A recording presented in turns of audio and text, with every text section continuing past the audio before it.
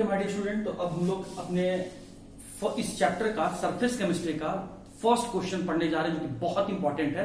हालांकि इससे पहले वाला क्वेश्चन भी इंपॉर्टेंट था कि एडजॉर्प्शन और एब्जॉर्प्शन के बीच में क्या डिफरेंस है, लेकिन अब जो क्वेश्चन हम लोग पढ़ने जा रहे हैं वो आपके एग्जाम में कई बार आया हुआ क्वेश्चन है। अपने क्वेश्चन बैंक को आप निकाल के देख सकते हैं। तो देखिए क्या कहता है कि एडजॉर्प्शन दो टाइप का होता है। पहला कौन सा? फिजिजॉर्प्शन। देखिए मैं क्या बोल रहा हूं, इतना क्या पढ़ेंगे? फिजी। उसके बाद क्या लिखा हुआ है? जॉर्प्शन। मतलब ये हो गया फिजिजॉर्प्शन। और दूसरा वाला क्या है आपका? केमीजॉर्प्शन।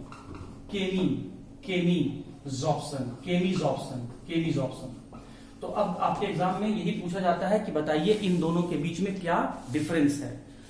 फिजिकल एडजॉर्प्शन, फिजिजॉर्प्शन, केमिकल एडजॉर्प्शन या फिर केमीजॉर्प्शन, दोनों एक ही नाम है। अब देखिए मैंने एडजॉर्प्शन में आपको क्या बोला था कि दो कंपोनेंट का होना जरूरी है। जो सरफेस की तरफ आएगा उसे एडजॉर्बेट कहते हैं, और जिसके सरफेस पर आएगा उसे हम लोग एडजॉर्बेंट कहते हैं। तो देखिए जब एडजॉर्बेट और एडजॉर्बेंट दोनों के बीच में बहुत वीकेस्ट फोर्स ऑफ अट्रैक्शन है, दोनों के बीच में ऐसा बॉन्ड बन रहा है जो बहुत वीक है। तो जब एडजॉर्बेट और एडजॉर्बेंट के बीच में वीकेस्ट बॉन्ड बने तो ऐसे एडजॉर्प्शन को हम लोग फिजिकल एडजॉर्प्शन या फिजिजॉर्प्शन कहते हैं। लेकिन जब एडजॉर्बेट और एडजॉर्बेंट के बीच में स्ट्रॉन्ग बॉन्ड जैसे कि आयनिक बॉन्ड या कोवैलेंट बॉन्ड बने तो इस तरह के एडजॉर्प्शन को हम लोग केमीजॉर्प्शन कहते हैं। फोर्स ऑफ अट्रैक्शन के बेसिस पर डिफाइन कर लिए या फिर बनने वाला बॉन्ड के बेसिस पर डिफाइन कर लिए।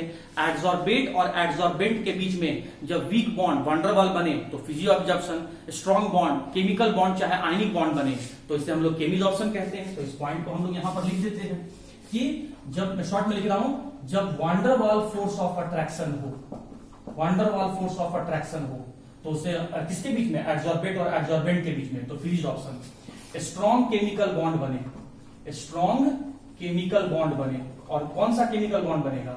आयनिक बॉन्ड चाहे कोवैलेंट बॉन्ड, किसके बीच में? एडजॉर्बेट और एडजॉर्बेंट के बीच में, तो उसे हम लोग केमीजॉर्प्शन कहेंगे। अब अगला पॉइंट सुनिए। देखिए बॉन्ड तो यहां भी बन रहा है एडजॉर्बेट और एडजॉर्बेंट के बीच में, बॉन्ड तो यहां भी बन रहा है एडजॉर्बेट और एडजॉर्बेंट के बीच में, लेकिन बनने वाला बॉन्ड अलग अलग है। अब एक बात तो स्टूडेंट आप लोग केमिस्ट्री में पहले पढ़े होंगे कि जब बॉन्ड बनता है तो उसमें एनर्जी रिलीज होता है। बॉन्ड बनने का प्रोसेस एक्सोथर्मिक प्रोसेस है। जितना स्ट्रॉन्ग बॉन्ड बनेगा उतना ज्यादा एनर्जी रिलीज होगा, और जितना वीक बॉन्ड बनेगा उतना कम एनर्जी रिलीज होगा। यहां पर बॉन्ड स्ट्रॉन्ग बन रहा है कि वीक बन रहा है, तो एनर्जी रिलीज जो होगा वो ज्यादा होगा कि कम होगा? कम ही होगा। यहां जो बॉन्ड बन रहा है वो इसके कंपैरिजन में स्ट्रॉन्ग बॉन्ड बन रहा है, और स्ट्रॉन्ग बॉन्ड अगर बन रहा होगा तो यहां से जो एनर्जी रिलीज होगा वो इसके तुलना में ज्यादा होगा। तो आइए देखते हैं, यहां जो बॉन्ड बनता है और उसमें जो एनर्जी रिलीज होता है, उस एनर्जी रिलीज का वैल्यू होता है 20 से लेकर 40 किलो जूल पर मोल। और यहां जो बॉन्ड बनता है एडजॉर्बेट और एडजॉर्बेंट के बीच में, जो यहां एनर्जी रिलीज होता है वो एनर्जी का वैल्यू होता है 80 से लेकर 240 किलो जूल पर मोल। इतना बात समझ में आ गया स्टूडेंट?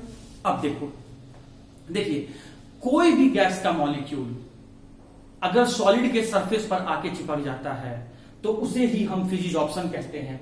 अच्छा, कोई भी गैस का मॉलिक्यूल है, मतलब किसी खास के बारे में नहीं कहा जा रहा है, कोई भी गैस के मॉलिक्यूल के बारे में कहा जा रहा है। इसका मतलब ये नॉन स्पेसिफिक होता है नेचर में, ये नेचर वाइज नॉन स्पेसिफिक होता है। लेकिन यहां पर क्या कहा जा रहा है? वही गैस के मॉलिक्यूल सॉलिड के सरफेस पर आके जमा होंगे जो गैस का मॉलिक्यूल सॉलिड से रिएक्ट करता हो। मैं फिर से रिपीट कर रहा हूं, यहां पर वही गैस का मॉलिक्यूल सॉलिड के तरफ आएगा जो गैस का मॉलिक्यूल इस सॉलिड से रिएक्ट करता हो। मतलब आने वाला गैस का मॉलिक्यूल एकदम खास होगा, जो इससे रिएक्ट कर सके वही हो सकता है। इसका मतलब ये नेचर वाइज कैसे होते हैं? स्पेसिफिक होते हैं। जैसे my dear student, hydrogen gas जो है वो निकल मेटल के साथ रिएक्ट कर सकता है, या प्लैटिनम के साथ रिएक्ट कर सकता है, या प्लैटिनम के साथ आके जुड़ सकता है, रिएक्ट कर सकता है।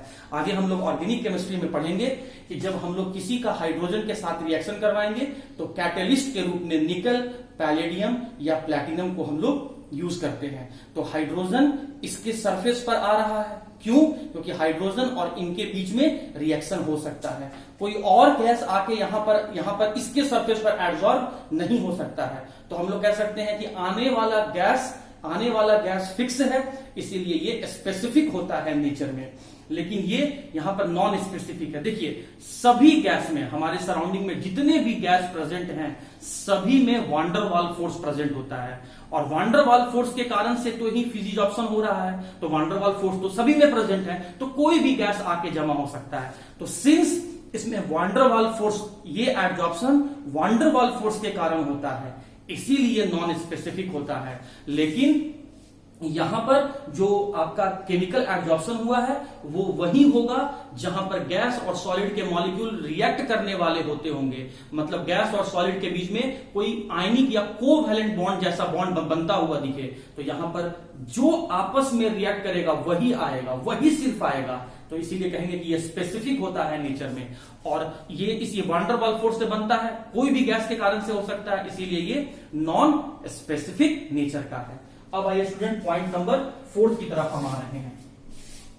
मैंने इसमें क्या बताया कि एडजॉर्बेट और एडजॉर्बेंट के बीच में बहुत वीक बॉन्ड बनता है, इसीलिए इसमें इसको हटाया भी जा सकता है। जैसे ये मान लीजिए, ये क्या है आपका एडजॉर्बेंट, और इसके सरफेस पर क्या आके जमा हुआ है, लिक्विड का मॉलिक्यूल या गैस का मॉलिक्यूल, जिसे हम क्या कह रहे हैं, एडजॉर्बेट कह रहे हैं। और एडजॉर्बेट और एडजॉर्बेंट के बीच में वीक बॉन्ड बना है, तो इसका मतलब कि हम हीट और प्रेशर लगा के इस वीक बॉन्ड को तोड़कर एडजॉर्बेट को यहां से हटा सकते हैं। तो इसका मतलब ये रिएक्शन फॉरवर्ड भी होता है और ये रिएक्शन बैकवर्ड भी होता है। अगर आके चिपक गया तो हम कहेंगे कि एडजॉर्बेट हो गया, ये आपका एडजॉर्प्शन हुआ।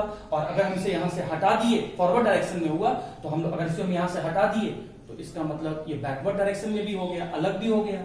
तो सिंस ये यहां पर जो फिजिकल एडजॉर्प्शन है वो एडजॉर्बेट और एडजॉर्बेंट के बीच में वीक बॉन्ड बनने से होता है, तो इसे अलग भी किया जा सकता है। जब दोनों आके जुड़ रहा है तो फॉरवर्ड रिएक्शन, लेकिन दोनों के बीच में बॉन्ड वीक बना है, तो इस कारण से इन दोनों को हटा भी सकते हैं, इसका मतलब बैकवर्ड रिएक्शन भी हो रहा है। तो हम लोग इसीलिए कहते हैं वीक बॉन्ड होने के कारण से ये नेचर वाइज रिवर्सिबल होता है, मतलब दोनों डायरेक्शन में होता है। लेकिन यहां पर मैंने क्या बोला, इस केस में मैंने क्या बोला, स्ट्रॉन्ग बॉन्ड बन जाता है, मतलब एडजॉर्बेट और एडजॉर्बेंट के बीच में स्ट्रॉन्ग बॉन्ड बन गया। और एक बार बॉन्ड अगर बन गया तो फिर इसे हटाना पॉसिबल नहीं होता है। मतलब फॉरवर्ड रिएक्शन तो इजीली हो जाता है, लेकिन बैकवर्ड रिएक्शन नहीं होता है। इसीलिए हम लोग कहते हैं ये सिर्फ एक ही डायरेक्शन में होता है, और इसीलिए